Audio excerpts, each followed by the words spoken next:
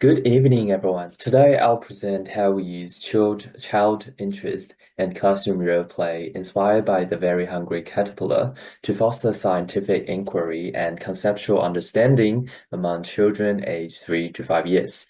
So this integrated approach combines real-world exploration with imaginative play to enhance children's cognitive emotions and social development. So during a nature walk, the student and I explore the garden's biodiversity. As we move through the greenery, Mia, one of the students, noticed a small green insect and explained, "Look, what is that green thing?" It was her first time seeing a caterpillar, and her curiosity created the perfect moment to extend the learning. I immediately think of the very hungry caterpillar and which allowed me to introduce metamorphosis, life cycles, and the importance of nourishment and growth. I asked, "Do you think caterpillar will stay like this, or will it change?" Some students nodded, but some didn't. I responded by encouraging further inquiry, like asking, "Where do you think the caterpillar lives? What might it turn to?" I thought it was the perfect chance to introduce the story of the very hungry caterpillar. Now, this aligns with Vygotsky theories of zone of proximal development, or ZPD, as the question was guided to support conceptual growth.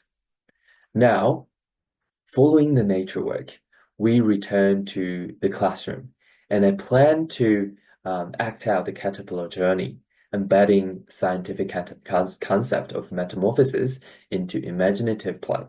As children play through the life cycle, they will internalize biological concepts such as metamorphosis and life cycle. This aligns with Fleer's framework, which emphasize how play serves as a space for children to explore and internalize scientific ideas, transforming real-world actions into imaginative scenarios and vice versa. Same for Vygotsky. Play was seen as a social and cultural activity that helps children to explore higher mental functions through imaginative situation. Now, following that, the role play was designed to reflect the four key stages of the butterfly life cycle. The first stage is the egg stage, where children can crawl up on the floor, mimicking the tiny eggs. The second stage is caterpillar stage, where children can crawl around, pretending to eat paper fruits.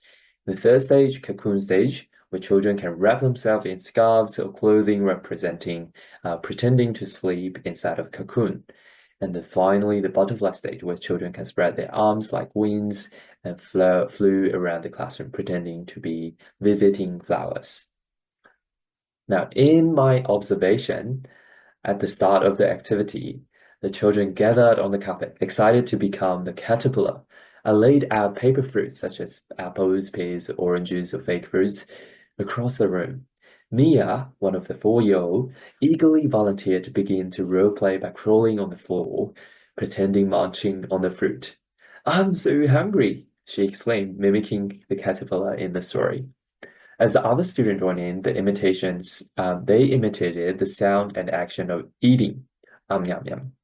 A few children, such as Leo, made munching noises and counted the fruits aloud like 1 apple, 2 apples. I ate them all. When it's time to transition to cocoon phase, the teacher spread the large blanket on the floor, and every child took turn to lie under it. And after the teacher's calmed down, the children wiggled free, flapping their arms and shouting, "I'm a butterfly now." Now, this shows few characteristics of cultural historical model of the play concepts. The first is creating individual and a collective imaginary situation. In the caterpillar role play, children create an imaginary situation of being caterpillars transforming into butterfly. This aligns with conceptual play's principle of children generating both individual and shared imagery situation. And the next is changing the meaning of objects. As objects such as scarves and blankets, and they become to imagine as cocoons. And children also treat paper fruits as real food. According to Fleer's framework, children give new meanings to objects. And this also shows the imaginative thinking is in action. Now, thirdly, moving in and out of imaginary situation, the children navigate between the imaginary world and real actions, such as saying, I'm so hungry. They are not actually hungry, but pretending that they are eating. This transaction between play and reality demonstrates children's ability to engage in both realms simultaneously, critical aspects of conceptual play.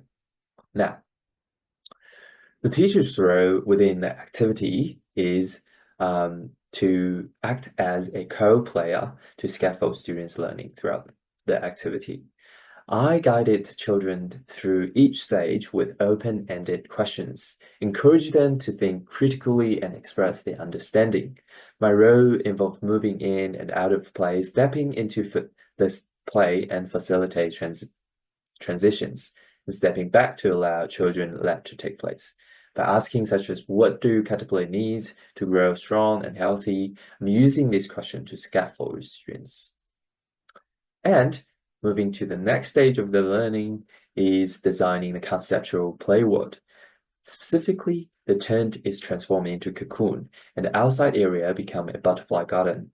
This immersive setup integrates scientific exploration with imaginative play that follows Fleer's 2017 framework, which emphasizes active engagement in both the real and imaginative world with promote curiosity, conceptual learning, and problem solving.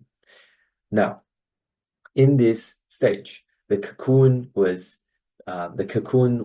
tent was serving as a portal, which was decorating by silk, scarves, leaves, and paper, and these represent the transformation phase. And the function of it is serving as a portal, helping children to transition between their role as caterpillar and butterflies, but also the portal to act as an imaginative, transfer them into imaginative situation and out of imaginative situation.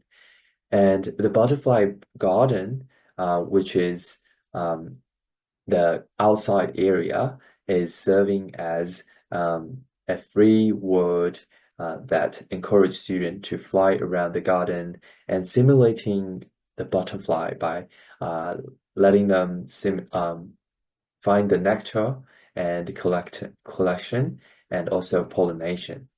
Now, the pedagogy of this approach is using observation, and children can fully immerse in the role of caterpillar and butterfly, reinforcing the concept of metamorphosis through active participation. And the teacher's role is especially important. According to Fleer's approach, the teacher acts as a co-player or supporter as children's learning through the open-ended questions such as, where will you fly to first and why? And this would encourage students to make decision-making and also spatial awareness. And this is a joint adult and child collective play. And because as student is engaging in this play world, the teacher can start to propose some problems. So in this collective play project, the children and teacher can collaborate on a problem-solving scenario, such as teacher can propose a question such as, one of our butterfly friends is lost. How can we guide it back to cocoon? Now, so in Fleer's conceptual play world, inquiry-based learning is central. The problem scenario introduces the observation, promote critical thinking, teamwork, and spatial reasoning. It also encourages children to apply newly acquired concepts such as life cycle mapping in very meaningful way during the play. By introducing the problem, a specific approach is to the play pedagogy is the teachers is co-creating the story with the student and to develop a learning themes. Now, in this co-developing, engagement is also brought to like a drama. The narrative of Lost Butterfly added excitement, making learning process emotionally engaging and purposeful. And also the mathematic learning was also embedded in the play. The map-making process involves spatial reasoning and use of prepositional language such as over, under, between, through, as children discuss the butterfly route. Now, this activity integrate early STEM thinking as children are engaged in design and planning through collaborative map thinking making. This constitutes students to become confident and involved learner. Now, teacher, on the other hand, is also participating by butterfly guiding the garden as a explorer. As the teacher participate as the explorer, he is joining the play as a character. They help to sustain the story's narrative and deepen students' engagement. Teachers use questions such as, how can we help our butterfly friends to find a way back? So this is a way to reframe children's observation and turn it into a new learning moment about nutrition, pollination, and growth. As this is another powerful scaffolding strategy that align with Vygotsky's ZPD. This also helps children to bring more bring teacher as play partner with them, which situates teacher as a equal position with the students. Now, the educator need to support the student by just provide enough guidance to scaffold learning while maintaining children's ownership of the play. For example, if children is to struggle to find a way back to cocoon, the children can offer a gentle prompts, such as, I wonder what would happen if we follow the arrows on the map. Now, this is using teachers' roles as an equal position. By doing this, teachers' role in children's eyes are not a teacher, but an equal play partner.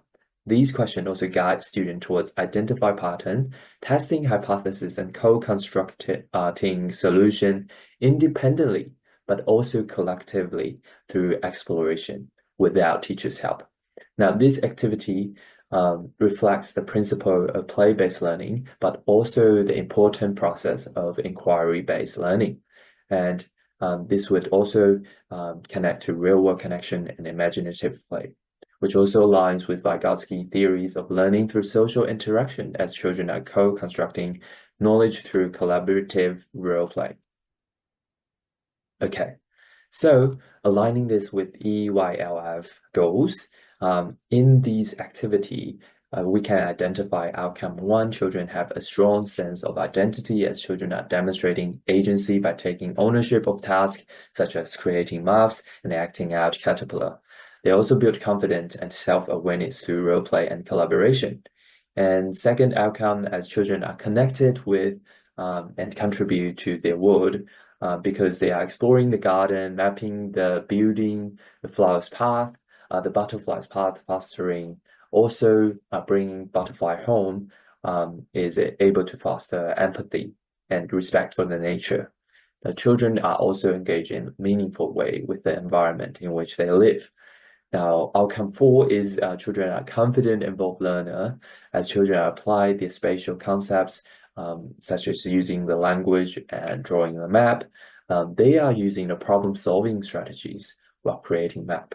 They develop very good curiosity, persistence, and critical thinking through active participation.